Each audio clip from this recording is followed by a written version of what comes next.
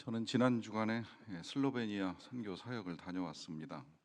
그 땅을 섬기시는 박찬 선교사님 기도와 요청에 따라 가서 선교사님과 함께 팀을 이루어서 그 땅 각 지역을 돌면서 예배하고 또 기도하고 찬양하고 또 선포하고 하는 사역들을 쭉 하다가 마지막 날에는 선교사님 댁에서 예배를 드리고 성찬식을 집례하고 왔습니다. 은혜 가운데 또 성령의 도우심으로 모든 사역을 잘 감당하고 올 수 있었습니다.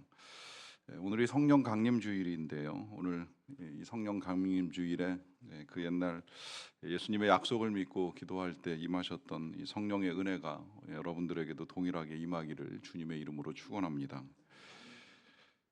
이 성령 강림 주일에 제가 오늘 여러분들과 나누게 되는 말씀의 제목은 살인하지 말라라고 하는 제목입니다. 뭔가 좀 강림주의라고는 맞지 않는 제목 아닐까 하는 생각이 드는데요. 더더군다나 이 계명의 순서가 지금 바뀌어 있는 거 아시죠? 원래 간음하지 말라가 6번째 계명이 아니라 7번째고 이 살인하지 말라가 6번째인데 이 순서를 바꾸었습니다. 제가 선교를 가면서 어려운 주제를 부목사님께 넘기고 간 건 절대 아닙니다. 주제는 작년에 정해졌는데 오히려 넘기고 가길 잘했다 생각이 들었어요. 넘기는 덕에 지난주에 되게 재밌고 은혜로웠죠. 종종 자리를 비워야겠다라는 생각이 들기도 할 정도였습니다.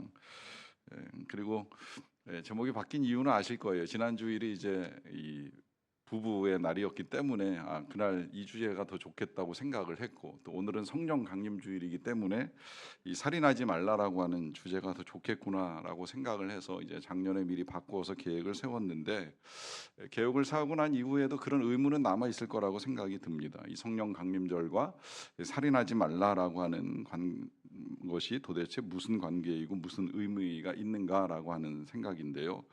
먼저 한 번쯤 그냥 질문 던지고 싶습니다. 여러분 살인 해보신 적 있으실까요? 전혀 없으시겠죠.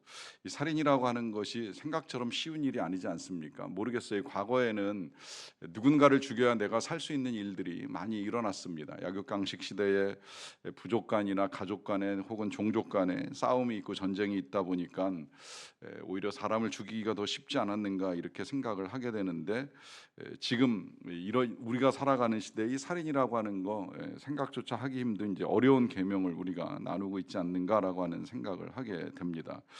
그러다 보니까 그렇다면 우리가 전쟁에서 사람을 죽이는 건 어떻게 되는가라고 하는 의문이 남기도 하고요. 그러다 보니 이제 군대 가는 걸 기피하거나 군대에서 총 잡는 걸 할 수 없다고 생각하는 사람들도 있습니다. 그러면 실제로 정말 군대에 가서 나라를 지키기 위해서 총을 잡는 군인들은 살인의 의도를 갖고 있는 건 아닌가 하는 생각을 할 수도 있겠고요. 그렇다면 정말 이 계명을 어떻게 하는 것이 잘 지키는 것인가 하는 질문은 끊임없이 계속됩니다. 언젠가 교역자들하고 금요일 날 이제 식사를 하면서 이야기를 나눌 때 그런 이야기를 들었어요. 오늘 교회 오면서 여럿 죽였습니다. 그러니까 한 분이 또 옆에서 그런 말씀 하시더라고요. 저도 한두 명은 죽인 것 같아요. 여러분 이 말씀 왜 하시는지 이해가 되시지요? 교회 오는 동안에 차 타고 운전하고 오다 보면 운전을 방해하는 이 악한 자들을 향한 이 마음이 살인한 거나 다름없다라고 하는 생각을 하셨다고 하는 고백인데요. 그런 고백을 하는 이유가 오늘 본문 21절에서 이제 시작이 됩니다. 예수님이 이렇게 말씀하십니다. 옛사람에게 말한 바 살인하지 말라. 누구든지 살인하면 심판을 받게 되리라 하였다는 것을 너희가 들었으나라고 하시면서 우리 예수님이 지금 이 계명 10계명의 6번째 계명인 살인하지 말라라고 하는 계명을 이제 재해석을 해주세요. 이 마태복음 5장 전체는 다는 아니지만 그 중에 많은 부분 우리 예수님께서 10계명을 다시 이제 해석해 주시는 내용으로 채워져 있는데, 이 내용을 다시 해석해 주신다라고 하는 건 이 십계명에 대한 오해나 혹은 잘못 이해하고 있는 부분을 이제 바로 잡아 주시는 것이라고 할 수 있겠는데, 그 가운데 하나가 지금 이 살인하지 말라라고 하는 계명을 듣기는 들었지만 그것을 다시 이렇게 해석을 해 주신다고 하면서 그 해석의 내용이 이제 22절에 이어집니다. 나는 너희에게 이르노니 형제에게 노하는 자마다 심판을 받게 되고 형제를 대하여 라가라 하는 자는 공회에 잡혀가게 되고 미련한 놈이라 하는 자는 지옥불에 들어가게 되리라라고 하시면서 여기 지금 심판받는 사람, 또 잡혀가는 사람, 그리고 지옥불에 들어갈 사람을 주님이 쭉 열거를 하십니다. 근데 그 열거하는 사람을 보면 살인자만 여기 해당되는 것이 아니라 노하고 라가, 이 라가라는 말은 그냥 바보 멍청이라고 해석을 하시면 제일 이해하기 쉬운데, 바보 멍청이라고 비난하거나 혹은 미련한 놈이라고 욕하는 사람이 다 심판을 받고 잡혀가고 지옥불에 들어가게 될 것이라고 말씀을 하고 계십니다. 제가 세례문답이나 입교문답을 할 때 종종 하는 질문이 있어요.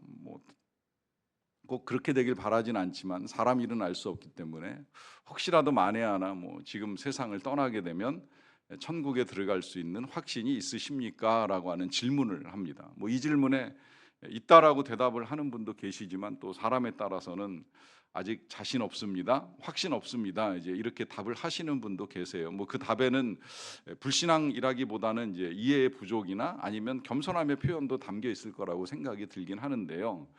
그런데 이제 제가 그 답을 듣고 나면 고약하게도 또 한 번 질문을 합니다. 그러면 지옥 가시겠네요? 라고 하는 질문을 드립니다.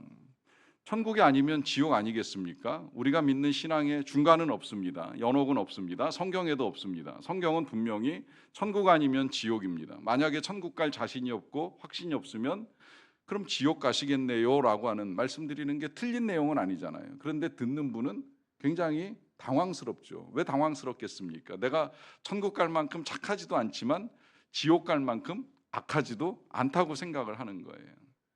왜 악하지 않다고 생각을 하겠습니까?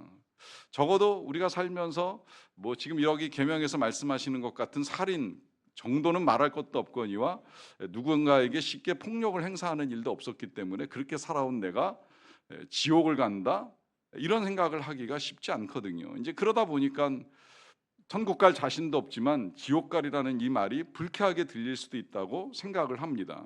그럼에도 불구하고 제가 지옥에 갈 수 있겠네요라고 하는 말씀을 드리는 이유가 어디 있겠습니까? 그것은 지금 이 말씀에 근거한 거예요. 우리가 정말 아주 악한 일을 저지르지 않는다고 할지라도 누군가를 향하여 비난하거나 욕하거나 바보라고 하거나 멍청하다고 하거나 하는 이 모든 말들 예수님 말씀입니다. 이런 말을 행하는 자들은 심판받고 잡혀가고 지옥불에 던져지게 될 것이다 라고 하는 말씀을 하시는 것입니다.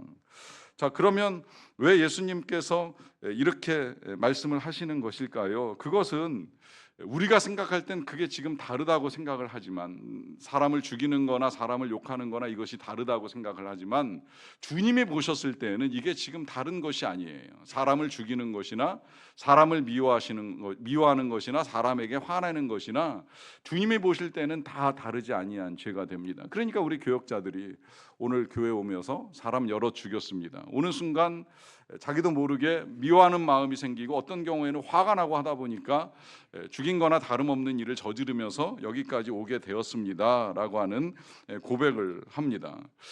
자, 그렇다면 왜 이것을 똑같게 주님은 간주하시는 것일까요? 우리가 생각할 땐 이건 너무나도 큰 차이잖아요. 정말 죽일 마음을 갖는 것과 사람을 죽이는 건 실제로 너무 엄청난 결과를 가져오지 않습니까? 죽인 사람 다시 살려낼 수 없어요. 그렇지만 죽이려고 마음 먹었던 건 지워버릴 수도 있고 마음 먹은 대로 행하지 않을 수도 있기 때문에 이 차이는 엄청나게 크다고 할 수 있는데, 왜 주님께서는 이 모든 것들이 다 동일하다라고 하면서 지금 그런 사람들이 지옥불에 떨어질 것이라고 말씀할 수 있을까요? 이제 여기서 이 계명에 대한 이해가 조금 다르다고 할 수 있겠는데요.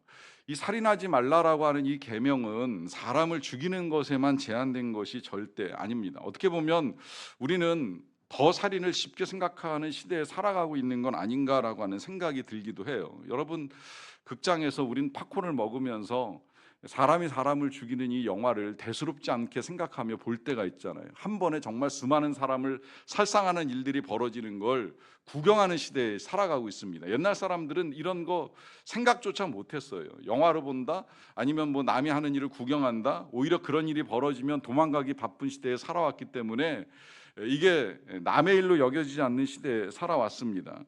그러하기 때문에 어쩌면 우리는 그런 것을 구경하는 이 습관들을 통하여서 내가 뭔가 직접 악을 행하지 아니하면 악하지 않다라고 하는 생각을 할 가능성이 굉장히 크지요. 그러하기 때문에 어떤 면에서 이 계명은 좀 더 확대돼서 해석할 필요도 있는데요. 내가 직접 칼을 들고 총을 들지 않는다고 할지라도 때로는 간접 살인을 하는 일이 벌어지기도 하는 세상에 우리가 살아가고 있습니다. 예를 들자면 이런 거예요. 농사꾼이 농사를 짓는데 수확을 잘 내고 돈을 많이 벌기 위하여서 농약을 칩니다. 뭐 전혀 안 칠 수는 없겠지만 이 과도한 농약을 통해 가지고 농작물을 먹는 사람들이 어떤 해를 겪는지에 대한 전혀 고려하지 않는 농사를 짓고 있다라고 하면 그 또한 간접 살인이 될 수 있다라고 하는 거예요. 우리 과거에 그런 뉴스 본 적 있잖아요. 생선을 싱싱하게 보이기 위하여 파란색 물감을 칠한다. 또 고기를 신선하게 보이게 하기 위하여 붉은색 물감을 집어넣는다. 끔찍한 일이죠. 이거 왜 이런 일이 벌어지는지 아시지요? 다 그야말로 이제 자본주의 돈하고 직결된 것인데 내 돈 많이 벌기 위해서 남이 어떤 걸 먹든지 그걸 먹고 어떤 해로움을 겪든지 그 해로움 가운데 어떤 죽음을 당하든지 그건 내가 신경 쓸 바가 아니라고 생각하는 이 사람들의 악행이 살인하지 말라라고 하는 계명 꼭 총 들고 칼 들지 않아도 누구나 저지를 수 있는 일이 된다라고 하는 거예요. 이렇게 생각해 보니까 차량을 정비하는 사람이 정말 불량하게 대충 정비해 놓고 뭐 타고 가는 사람이 사고가 나거나 말거나 하는 행위도 해당될 수가 있겠고요. 또 그야말로 음주운전, 술 먹고 운전하다가 내가 누굴 치거나 말거나 나는 빨리 술 취한 채라도 집에 가야 되겠다는 생각을 가지고 핸들을 잡는 행위도 정확하게 그건 정말 살인행위이고 총 들고 나가는 행위, 길거리에 나가는 행위와 다를 것이 없는 행위가 되는 겁니다. 여기에 이제 좀 더 살인의 범위를 확대하자라고 한다면 말 그대로 원전 오염수를 방류해서 바닷물을 오염시키고 사람들로 하여금 생선을 맘 놓고 먹게 하지 못하는 행위도 살인행위와 다를 것이 없다라고 하는 것이죠. 오히려 살인이 아니라고 한다면 정말 나라의 평화, 민족의 평화를 지키기 위하여 총 들고 나가는 행위는 그건 살인이라고 보기는 어렵습니다. 신학적으로도 계속해서 정당한 전쟁은 살인이 아니었다라고 하는 사실을 성경을 통해서도 이유를 찾아요. 아브라함도 조카가 사로잡혔을 때 그 조카를 악으로부터 구해내기 위하여 집에서 길리고 훈련한 자 318명을 데리고 나가서 전쟁을 치르는 불가피한 상황. 다윗이 이스라엘의 평화를 지키기 위하여 주변 나라들의 공격으로부터 맞서 싸우는 이 모든 일들을 성경이 하나님의 역사로 인정을 하는 경우들을 종종 보게 됩니다. 정당방위라든지 국민을 보호하기 위한 법 집행이라든지 하는 경우에는 살인이 아닐 수 있다라고 하는 걸 우리에게 알려줍니다. 여기서 이제 중요한 건 칼을 드느냐 총을 드느냐의 문제가 아니라 정말 우리가 얼마나 생명을 존중하고 사랑하느냐라고 하는 것이 이 문제에 대한 답을 우리가 찾아갈 수 있는 길을 열어준다는 거예요. 근데 이 생명을 존중하고 사랑하는 데에는 지금까지 우리가 이제 이미 보아온 대로 단순히 실제적으로 행동을 하고 안 하느냐의 문제를 뛰어넘어서 우리가 어떤 마음을 가지고 살아가느냐라고 하는 것이죠. 그 마음 안에 정말 분노하는 마음, 미워하는 마음, 그리고 증오하는 마음이 있다라고 하면 그건 살인과 전혀 다를 것이 없다라고 하는 거예요. 그래서 이제 이 죄악에 대한 개념의 이해가 조금 더 확대된 분들과 소그룹으로 말씀을 나누다 보면 그런 고백하시는 것도 실제 들어봤어요. 그러고 보니 제가 희대의 살인마였군요. 아니면 제가 연쇄 강간범이었습니다라고 할 정도로 비록 실제 행동으로 그런 일을 하신 적은 전혀 없는 분이시지만 그럼에도 불구하고 마음에 가지고 있었던 이 악한 생각들이 어떤 결과를 가져오는가라고 하는 것을 이제 분명하게 알고 고백하는 믿음의 고백이라고 할 수가 있습니다. 여기서 더 나아가서 우리 예수님은 화해하지 않는 것도 살인에 가깝다고 하는 걸 우리에게 이렇게 알려줍니다. 23절부터 24절까지 말씀인데요. 그러므로 예물을 제단에 드리려다가 거기서 네 형제에게 원망 들을 만한 일이 있는 것이 생각이 나거든 예물을 제단 앞에 두고 먼저 가서 형제와 화목하고 그 후에 와서 예물을 드리라 하십니다. 그러니까 이 원망 들을 만한 일이라고 하는 건 이제 누구에게 잘못이 있었던 것이고 그렇다면 이제 용서하고 용서받는 일이 필요한데 이런 일이 있게 되면 먼저 가서 그것부터 하라는 거예요. 먼저 화목하고 화해하고 난 다음에 와서 제사를 드리라. 이 제사를 드리라고 하는 것이 예물을 예물을 드리라고 하는 것이 제사를 드리는 거고, 제사를 드리는 게 예배를 드리는 거 아니겠습니까? 그렇다고 한다면 예배를 드리기보다도 더 앞서 해야 될 일이 바로 이 화해하고 화목하는 일이라고 하는 걸 먼저 말씀을 하시는 거예요. 그러니까 이 예배는 정말 귀한 일이고 중요한 일이에요. 이게 지금 우리가 계명을 처음 배울 때 계속해서 들었던 말씀이에요. 일주일 중에 제일 먼저 해야 될 일, 안식일. 안식일에 가장 먼저 해야 될 일, 하나님을 섬기는 일. 어떤 것보다도 우선되어야 할 일이 바로 이 예배라고 하는 건 더할 나위가 없습니다. 그런데 그 예배보다 우선해야 될 일이 있다라고 한다면 누군가 화해할 일, 용서할 일, 화목할 일이 먼저 우선되어야 할 일이라고 하는 것을 주님이 말씀하십니다.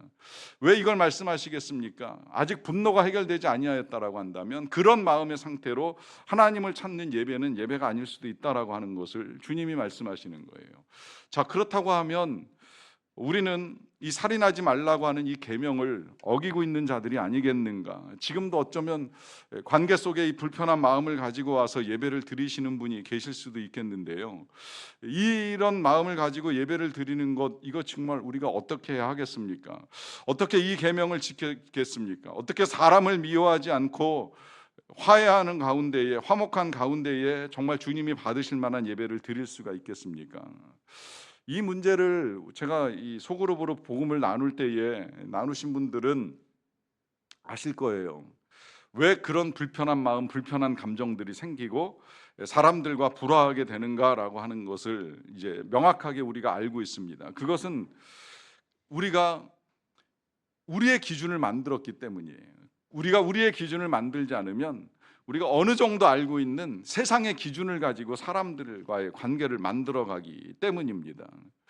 이 기준이라고 하는 것이 성경에서 우리에게 제시해 주는 기준이 아니라 우리 스스로 만들어 놓은 많은 기준들을 가지고 우리가 살아갑니다. 그 기준을 가지고 우리는 때로 배우자를 대하기도 하고 자녀들을 대하기도 하고, 더 나아가서 교회 공동체, 우리는 밖에 있는 모든 이웃들을 이제 만나는 일들이 일어나게 됩니다. 그러다 보니까 이제 우리 각자의 기준을 가지고 판단하고, 그 판단에 따라서 때로는 미워하고 증오하고 분노하고 하는 이런 일들이 일어나게 되는 것이죠. 이 기준 때문에 결국은 관계에 어려움이 생기고, 그 어려움으로부터 우리는 살인 못지아니하는 죄를 범하고 있다라고 하는 것입니다. 문제는 이제는 우리가 여기까지는 대부분 다 알아요. 내 기준이 잘못되었다는 것도 알고, 이 기준에 따라 잘못 판단하고 미워했던 것이 죄악이라는 것도 알고 있습니다. 그럼에도 불구하고, 그것이 잘못되었다는 사실을 알고 있음에도 불구하고 이 기준을 내려놓고 하나님의 뜻에 따라 용서하고 용납하고 사랑하며 살아가는 것이 쉽지 않다고 하는 사실도 또한 많이 듣게 됩니다. 실제 그렇잖아요. 그걸 우리가 모르겠습니까? 어떻게 해야 된다는 거 이미 말씀을 통해서 늘 들어왔기 때문에 알고 있지만 생각처럼 쉽지 않아요 라고 하는 말씀 많이 하십니다. 그래서 우리 예수님이 우리에게 이 귀한 성령을 약속하시고 약속대로 성령을 우리에게 보내주신 거예요. 이 성령이 하나님의 영입니다. 이 하나님의 영은 그야말로 우리의 힘으로 할 수 없다고 생각하는 그 많은 것들을 우리로 할 수 있게 행하시는 능력의 영이십니다. 여러분, 우리가 하나님의 뜻에 따라 살아가는 건 절대 우리의 다짐으로 되지 않습니다. 결심한다고 될까요? 안 됩니다. 수없이 다짐하고 수없이 결심한다고 해서 우리의 삶이 달라질까요? 안 됩니다. 우리는 그런 걸 할 수 있는 능력을 가지고 있지 못합니다. 그러하기 때문에 주님이 우리에게 약속을 해주신 것입니다. 성령을 받으라 명하시고 약속하시면서 성령을 받을 때라야 우리가 할 수 없는 일들, 정말 우리의 힘으로는 이거 불가능하지 않을까라고 생각했던 그 많은 일들을 가능하게 되는 것이 바로 이 성령을 통해서 이루어진다라고 하는 거예요. 그래서 성령의 열매가 우리에게 열거될 때 제일 먼저 등장하는 열매가 사랑부터 시작이 되는 거예요. 이 사랑 생각처럼 쉽지 않아요. 지난주에 말씀 듣고 정말 이제는 마음을 비우고 배우자를, 가족들을, 또 이웃을 용납하는 삶을 살아갈 수 있게 되셨습니까? 쉽지 않잖아요. 일주일 살아보셨잖아요. 그 말씀대로 살기 어려운 이유가 무엇입니까? 기도를 덜 했습니까? 아니면 다짐이 부족했습니까? 결심이 부족했습니까? 우리의 힘으로는 안 된다라고 하는 거예요. 이 안 되는 걸 할 수 있게 하시는 분, 그분이 바로 성령님이십니다. 그 성령으로 말미암아 첫 번째 맺게 되는 열매가 사랑이고, 두 번째가 기쁨, 희락이고, 세 번째가 화평, 평강의 열매를 맺는 거예요. 이제 여기 더하여서 친절, 자비, 충성, 절제에 이르기까지 이 귀한 모든 것들이 우리의 힘으로 되는 건 아무것도 없습니다. 성령께서 우리에게 임하실 때에 가능한 것입니다. 그래서 주님이 성령을 약속하시고 성령을 받으라고 명하시는 거예요. 우리 예수님이 이 약속을 한두 번 하시지 않으셨어요. 십자가에 달리시기 전에도 제자들에게 계속 말씀하셨잖아요. 내가 가야 성령이 온다. 나는 육신의 제한을 받기 때문에 모든 사람에게 강림하는 것이 안 되지만 성령은 그야말로 영이시기 때문에 이제 모든 사람에게 임하여서 할 수 없는 모든 일들을 하게 하는 거룩한 능력을 줄 것이다라고 약속을 하셨고요. 그 예수님이 부활하시고 난 다음에도 제자들을 찾아오셔가지고 두려움에 떨고 있던 제자들에게 하신 말씀, 너희에게 평강이 있을지어다 선포하시고 난 다음에 그 뒤에 바로 이어서 하신 말씀이 성령을 받으라 라고 하신 거예요. 승천하실 때에도 제자들이 도대체 하나님의 때가 언제 이루어집니까? 라고 하는 이 질문할 때에 그때 때와 기한은 하나님의 손에 있는 것이고 너희는 성령을 받으라. 예루살렘을 떠나지 말고 아버지의 약속하신 것을 기다리라 라고 하면서 계속해서 성령만 말씀하셨어요. 자, 그러면 이 성령 어찌 받습니까? 이 성령 받는 것도 우리 제자들이 너무 잘 보여주는 거예요. 제자들이 그 약속을 들었을 때에 그 다음에 한 건 그 약속을 믿고 기도하는 것이었어요. 예루살렘에서 모여가지고 열흘 동안 함께 열심히 기도합니다. 기도하는 가운데에 어느 날 갑자기 정말 불같은 바람 같은 성령이 그들에게 임하면서 놀라운 능력이 나타나는 거예요. 그 능력이 이제 그들로 하여금 담대하게 말씀을 전하는 능력으로부터 시작해서 지혜롭게 말씀을 전하기도 하시고, 또한 더 나아가서 그들이 공동체를 이루어서 서로 사랑하고 용서하고 가진 거 다 내어놓고 한 공동체의 놀라운 능력을 바라면서 교회를 이루어 가잖아요. 이게 성령의 능력인 거예요. 이 능력이 기도할 때 임하시는 거예요. 믿고 구할 때 임하시는 거예요. 그래서 우리가 때로 이 능력을 구하기 위하여서 함께 작년 같으면 닷새 동안 기도하는 시간을 갖기도 하고, 또 코로나 이전에는 열흘 동안 매일같이 모여서 기도하는 시간을 갖기도 했고요. 또 이번 수련회 같은 기간들을 통하여서 저녁으로 아침으로 함께 예배하며 기도하는 시간들을 갖는 이유가 바로 이와 같은 은혜가 우리에게 임하기를 우리가 함께 구하는 것입니다. 다만 이게 이제 공동체적으로 안 될 때에, 물론 공동체적으로는 금요일마다도 계속해서 성령 기도회를 하기도 합니다만, 공동체적으로 하기가 힘든 여건에 있으신 분들은 개인적으로라도 계속 기도를 하며 구하십시오. 성령의 은혜를 구하십시오. 분명히 임하십니다. 약속대로 임하십니다. 이건 하나님의 약속입니다. 불변하시는 하나님의 약속이고 신실하신 하나님의 약속이기에 우리가 정말 구하고 구한다면 우리 아버지께서 좋은 것, 성령을 안 주실 리가 없는 것이지요.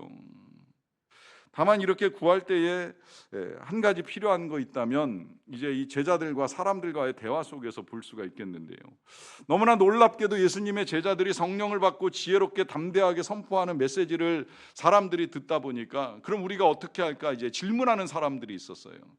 그 질문하는 사람들에게 베드로가 아주 명백하게 가르쳐 주지요. 너희가 회개하고 예수의 이름으로 세례를 받으라라고 하는 답을 줍니다. 여기 이제 기도에 회개가 포함이 되는 거예요. 그냥 마냥 구하고 달라 성령의 충만함만 구할 것이 아니라 회개도 함께 하면서 기도를 드리면 그 회개 이후에 이제 성령을 선물로 주시겠다라고 하는 약속을 해 주십니다. 자, 이때 뭘 회개해야 될까요? 그 회개해야 되는 건 너무나도 분명하지요. 죄를 회개하는 겁니다. 문제는 죄를 회개하라고 하면 우리가 도대체 어떤 죄를 회개해야 될지 잘 생각이 안 나요. 그야말로 이 계명에 비추어 보면 살인한 일이 없거든요. 다음 주에 계명에 비추어 보면 도둑질 거의 안 하거든요.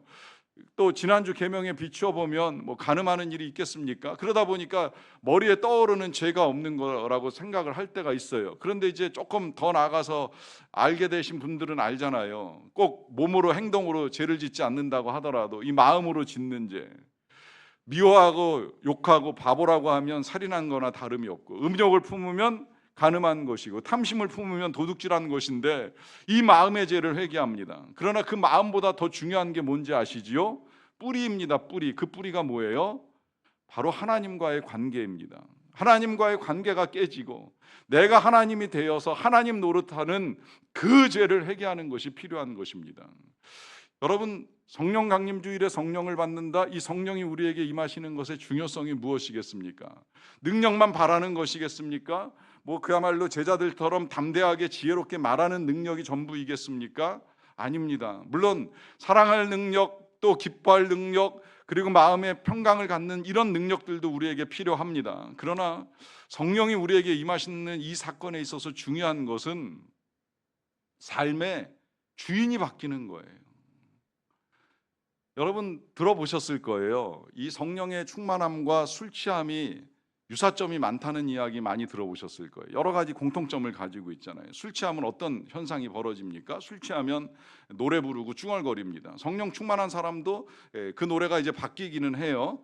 찬양을 자주 부르게 되고 중얼거려요. 중얼거리는 건 이제 주님을 찾는 거예요. 기도를 드리던 주님과 대화를 하던 중얼거림이 많아집니다.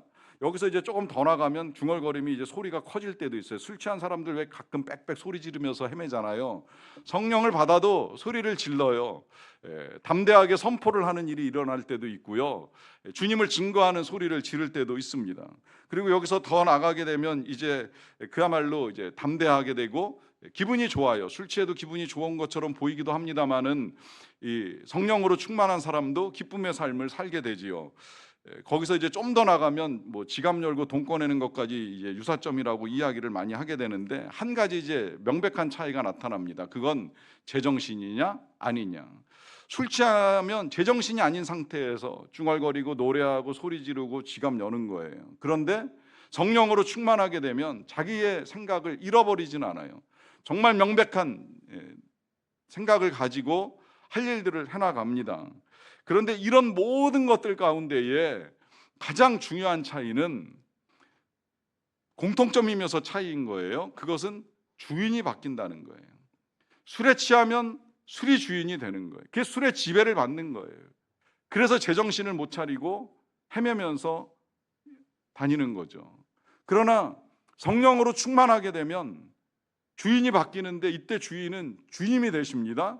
그러면서 더 지혜롭고 명철한 이성을 가지고 살아가게 됩니다. 여러분, 우리의 삶은 누가 주인이냐로 결정이 납니다. 죄가 주인이면 죄의 지배를 받게 되어 있습니다.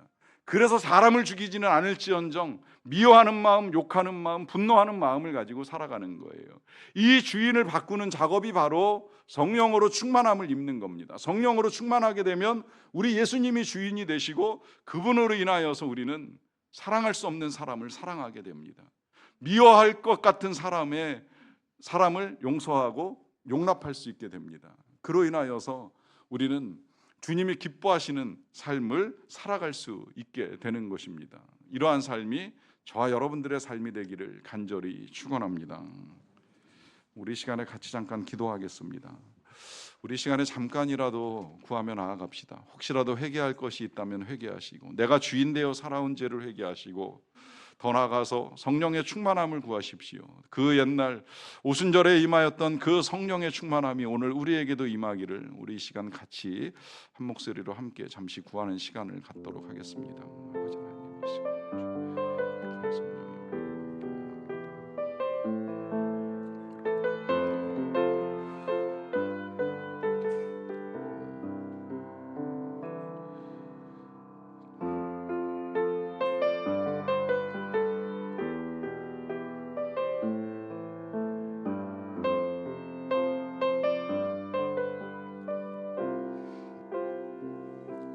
주님, 정말 주의 거룩한 성령이 우리에게 임하기를 원합니다. 우리가 그동안에 우리 스스로 우리의 삶을 다스리고 혹 죄의 지배를 받아왔다면 그 모든 것들을 용서하시고 다시 주님으로 말미암는 거룩한 삶을 살아갈 수 있게 되기를 갈망합니다.